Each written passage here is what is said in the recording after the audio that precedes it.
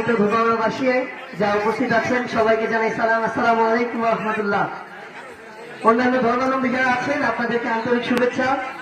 এখানে উপস্থিত অনেকে আছেন যারা এখন আসরের নামাজ পড়ার সুযোগ পাননি। আমরা মন্ত্র বুদ্ধের মতো আমাদের নাসির ভাইয়ের কথা শুনছিলাম, আমিও শুনছিলাম, এবং সেই জায়গা থেকে আমরা 5 মিনিটের মধ্যে আমাদের আজকে বক্তব্য শেষ করার চেষ্টা করব। আপনাদের উদ্দেশ্যে শুধু কিছু কথা বলে যাই। আজকে আমরা এখানে যারা দাঁড়িয়েছি কেন্দ্রীয় নেতৃবৃন্দ হিসেবে এসেছি, আমরা অনেকেই আপনাদের সন্তানের বয়সী, অনেকে হয়তো ছোট ভাইয়ের বয়সী। আমরা একটা জিনিস মনে প্রাণে বিশ্বাস করি যে আমরা রাজনীতিবিদদের যতই পরিবর্তন প্রত্যাশা করি, পুলিশ আমলার যতই পরিবর্তন প্রত্যাশা করি, ওই ব্যবসায়ীদের যতই পরিবর্তন প্রত্যাশা করি, আমরা চিন্তা করি আমাদের বাপ দাদারা চাচারা একটা দলের সমর্থক ছিল, একটা মার্কায় ভোট দিত। আমি যদি ওই দলের সমর্থন না করি, ওই মার্কায় ভোট না দিই, তাহলে তো আমার মান সম্মান থাকবে না।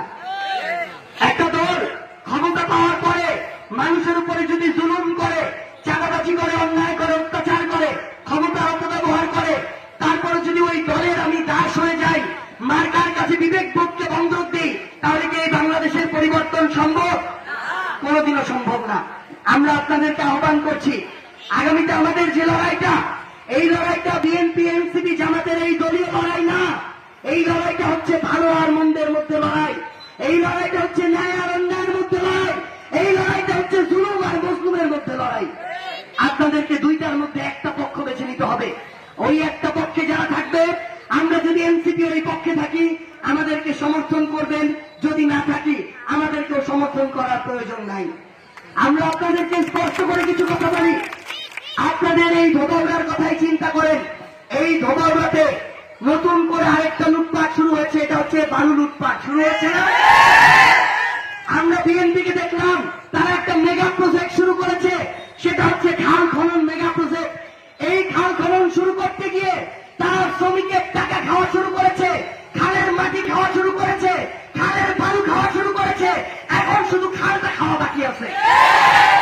আমরা বিএনপিকে স্পষ্ট করে বলতে চাই, আওয়ামী লীগের সময় মেগা প্রজেক্টের নামে মেগা দুর্নীতি হয়েছিল। আপনারা যদি ওই একই পথে হাঁটেন, আগামীতে আপনাদের পরিণতি আওয়ামী লীগের চেয়ে খারাপ হবে।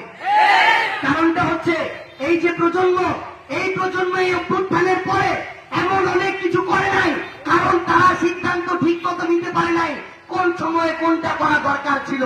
কারণ এর আগে আমাদের তো এই অভিজ্ঞতা ছিল না। কিন্তু মনে রাখবেন, আপনাদের বিরুদ্ধে যদি প্রজন্ম নামে, তাহলে আপনারা কেউ গদিতে বসে থাকতে পারবেন না।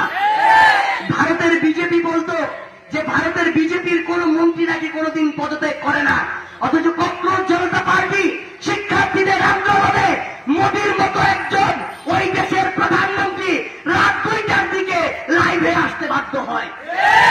এই হচ্ছে তরুণ প্রজন্মের শক্তি। আজকে শিক্ষামন্ত্রী পদত্যাগ করেছে, আমরা আমাদের শিক্ষামন্ত্রী প্রধানমন্ত্রীকে বলতে চাই, আপনারা হাসিনার চেয়ে বেশি আসন পান নাই, হাসিনার চেয়ে বেশি শক্তিশালী না, মোদির চেয়ে বেশি শক্তিশালী না। আপনারা আর মানুষের উপরে জুলুম করেন না। মানুষের উপরে জুলুম করে আগামীতে কেউ টিকে থাকতে পারবে না। আজকে যখন আমাদের এখানে প্রোগ্রামে আসছিল, আমাদের অনেক ভাইকে বাধা দেওয়া হয়েছে, অনেক ভাইকে হুমকি দেওয়া হয়েছে, অনেক ভাইকে বলা হয়েছে সাকিব নাসির তো চলে যাবে, তারপরে কিভাবে এলাকায় থাকো দেখে নিব। আপনাদেরকে বলি, আওয়ামী লীগ আপনাদের চেয়ে শক্তিশালী ছিল, আওয়ামী লীগ আজকে নাই। আপনারা যদি নিজেদেরকে তার চেয়ে বড় মনে করেন, আপনাদের অবস্থা ফেরানোর চেয়েও খারাপ হবে। শেখ হাসিনার মতো ফেরাউন নমরুদরাও টিকে নাই, তার চেয়ে বড় কেউ হইলেও টিকবে না ইনশাআল্লাহ। আমরা প্রশাসনের ভাইদের উদ্দেশ্যে কিছু কথা বলতে চাই। আমরা দেখেছি 14, 18, 24-এর নির্বাচনে ডিসি, এসপি, ওসি, ইউএনওদেরকে ব্যবহার করে রাতের নির্বাচন হয়েছে, ভোট চুরির নির্বাচন হয়েছে, দামি নির্বাচন হয়েছে। ওই ডিসি, ইউএনওরা ভাবত আওয়ামী লীগ তো ক্ষমতায় থেকে যাবে, তারা একদিন সচিব হবে। এসপিরা স্বপ্ন দেখত তারা একদিন ডিআইজি হবে, আইজিপি হবে। আজকে হাসিনা নাই, ওই ডিসি, এসপি একটাও চাকরি নাই। এই জন্য প্রশাসনের ভাইদের অনুরোধ করব, দয়া করে দলের দালাল হবেন না, ক্ষমতার দাস হবেন না। আওয়ামী লীগ ছিল, আওয়ামী লীগ নেন। বিএনপি আজকে আছে, বিএনপি না থাকতে পারে, কিন্তু এই জনগণ সবসময় থাকবে। আপনারা জনগণের পাশে থাকবেন ইনশাআল্লাহ। আমরা শুধু আপনাদেরকে আরেকটা অনুরোধ করি, আমাদের media social media, main stream media, আপনারা যা দেখেন যা শুনেন সবকিছু সত্য না। প্রত্যেকটা মিডিয়ার পিছনে কোনো ব্যক্তি আছে, গোষ্ঠী আছে, দল আছে, ব্যবসা প্রতিষ্ঠান আছে, তারা তাদের উদ্দেশ্যকে সার্ভ করে। আপনি কোনোদিন যে মিডিয়াটা, যে হাউসের, ওই মিডিয়াকে কোনোদিন দেখবেন না ওই ব্যবসায়ী প্রতিষ্ঠানের বিরুদ্ধে একটা কথা বলে। বিবেক বোধ দিয়ে চিন্তা করতে হবে।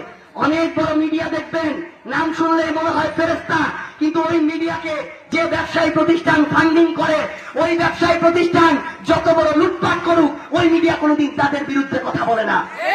এই জন্য আপনাদেরকে প্রত্যেকটা মিডিয়ার উদ্দেশ্য, কে কি পারপাস সার্ভ করে, কোন দলের এজেন্ট, এগুলোকে যাচাই বাছাই করতে হবে। আপনাদের প্রত্যেকের বিবেক বোধকে, সোশ্যাল মিডিয়া আইডি গুলোকে এক একটা মিডিয়া হয়ে উঠতে হবে।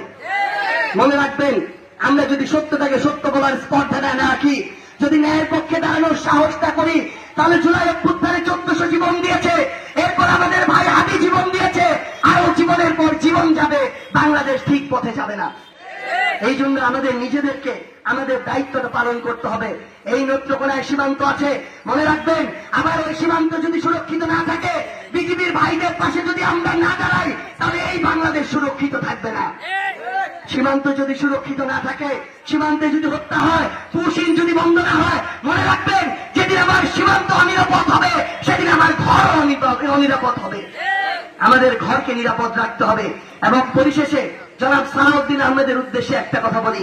জনাব সালাউদ্দিন আহমেদ এক এক সময় এক এক দিকে যায়, তার মধ্যে অনেক জ্ঞানের সম্ভার দেখলো, এই জ্ঞানের কোনো ভারসাম্য দেখি না। একবার বলে অক্ষর অক্ষর জুলাই সনদ বাস্তবায়ন করবে, আরেকবার বলে গণভোট অসাংবিধানিক, আরেকবার বলে তারা জুলাইয়ের পক্ষে আছে, হ্যাবোর্ডের পক্ষে আছে, আরেকবার বলে গণভোট অবৈধ। আমরা জনাব সালাউদ্দিন আহমেদকে বলতে চাই, জনাব সালাউদ্দিন আহমেদ, যে জুলাই সনদ, যেই আদেশের ফলে গণভোট হয়েছে, ওই আদেশের ফলে নির্বাচন হয়েছে, এক মায়ের দুই জগৎ সন্তান, এই নির্বাচন যদি বৈধ হয়, আপনার সরকার যদি বৈধ হয়, তাহলে আমার এই গণভোট বৈধ হইতে হবে। মনে রাখবেন, আমার এই গণভোট যদি অবৈধ হয়, এই গণভোট যদি অসাংবিধানিক হয়, আপনি স্বরাষ্ট্রমন্ত্রী অবৈধ, প্রধানমন্ত্রী অবৈধ, বিএনপি সরকার অবৈধ। আমরা শুধু আপনাদেরকে একটা জিনিস বলি, এমপিরা জবাবদিহিতা শুরু করেছে। হাসনাত আব্দুল্লাহ প্রত্যেকটা টাকার হিসাব দেয়, যেই ফেসবুক পেজে, তার নামও জবাবদিহিতা। বিএনপিরও তো 212 জন এমপি আছে, একজনেরও আমরা এখন পর্যন্ত 1 টাকার হিসাব পাই নাই। আমরা শুনি টাকাগুলো নাকি আগে এমপির বাসায় তার নিজেদের নেতা কর্মীদের মধ্যে ভাগ বাটোয়ারা হয়। আমরা শুনি ওই রাস্তার একটা কাজ শুরু হওয়ার আগে যে ঠিকাদার কাজ নিয়েছে, তাকে নাকি একটা পার্সেন্টেজ বিএনপি নেতাদেরকে দিয়ে আসতে হয়। মনে রাখবেন ভাইরা, 10 বছরের রাস্তাটা যদি 1 বছরে নষ্ট হয়, 9 বছর কিন্তু প্রত্যেকেই ভুক্তভোগী হওয়া লাগবে।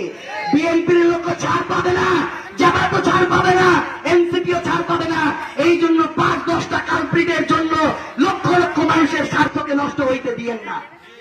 আপনাদের কাছে পরিশেষে শুধু এইটুকু অনুরোধটা করে যাই, প্রত্যেকটা অফিস আদালত, সরকারি কর্মকর্তা কর্মচারীরা আছে, আমরা কয়েকজন সরকারি অফিসারের সাথে কথা বলেছি, তারা বলে, ভাই আপনারা তো শুধু আমাদেরকে ধরেন, কিন্তু 9টা থেকে 5টা